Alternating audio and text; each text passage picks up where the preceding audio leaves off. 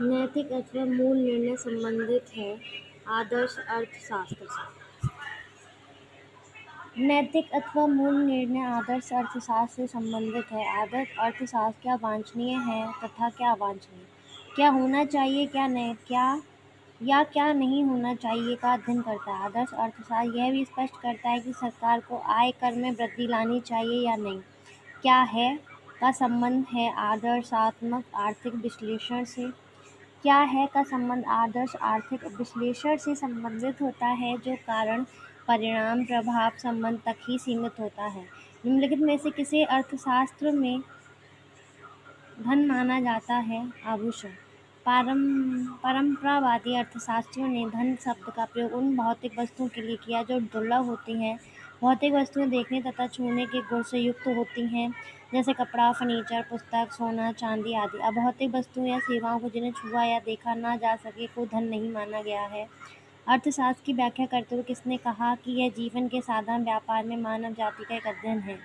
Martial ने। Professor martial ने अपनी पुस्तक प्रिंसिपल्स ऑफ इकोनॉमिक्स में अर्थशास्त्र की परिभाषा इस प्रकार दी। अर्थशास्त्र जीवन के साधारण व्यापार में मानव जाति का एक अध्ययन है। यह व्यक्ति तथा समाज के कार्यों के उस भाग की जांच करता है जो सुख व कल्याण के लिए आवश्यक भौतिक साधनों की प्राप्ति और उनके उपभोग से घनिष्ठ रूप से संबंधित है। निम्नलिखित में से कौन से अर्थशास्त्री द्वारा अर्थशास्त्र को मानवीय जीवन की सामान्य क्रियाओं के अध्ययन के रूप में परिभाषित किया गया है। मार्शल के अनुसार अर्थशास्त्र की इस परिभाषा के लिए उसे घृणित विज्ञान कहकर आलोचना की गई है। अर्थशास्त्र धन का अध्ययन है।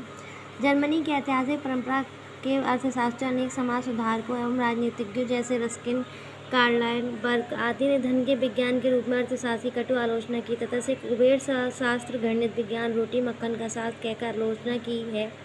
अर्थशास्त्र में निम्न में से किसे उत्पादन माना जाएगा।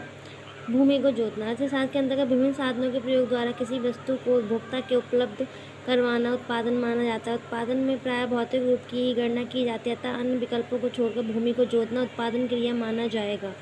उत्पादन का अभिप्राय होता है उपयोगिता का सृजन। जिस क्रिया के द्वारा किसी वस्तु या सेवा में उपयोगिता का सृजन किया जाता है उसे उत्पादन कहते हैं। अर्थशास्त्र साधनों के मध्य तटस्थ रहता है, यह विचार किसने प्रकट किया। रॉबिन्सन। अर्थशास्त्र साधनों के मध्य तटस्थ रहता है, यह विचार लियोनेल रॉबिन्स ने व्यक्त किया था।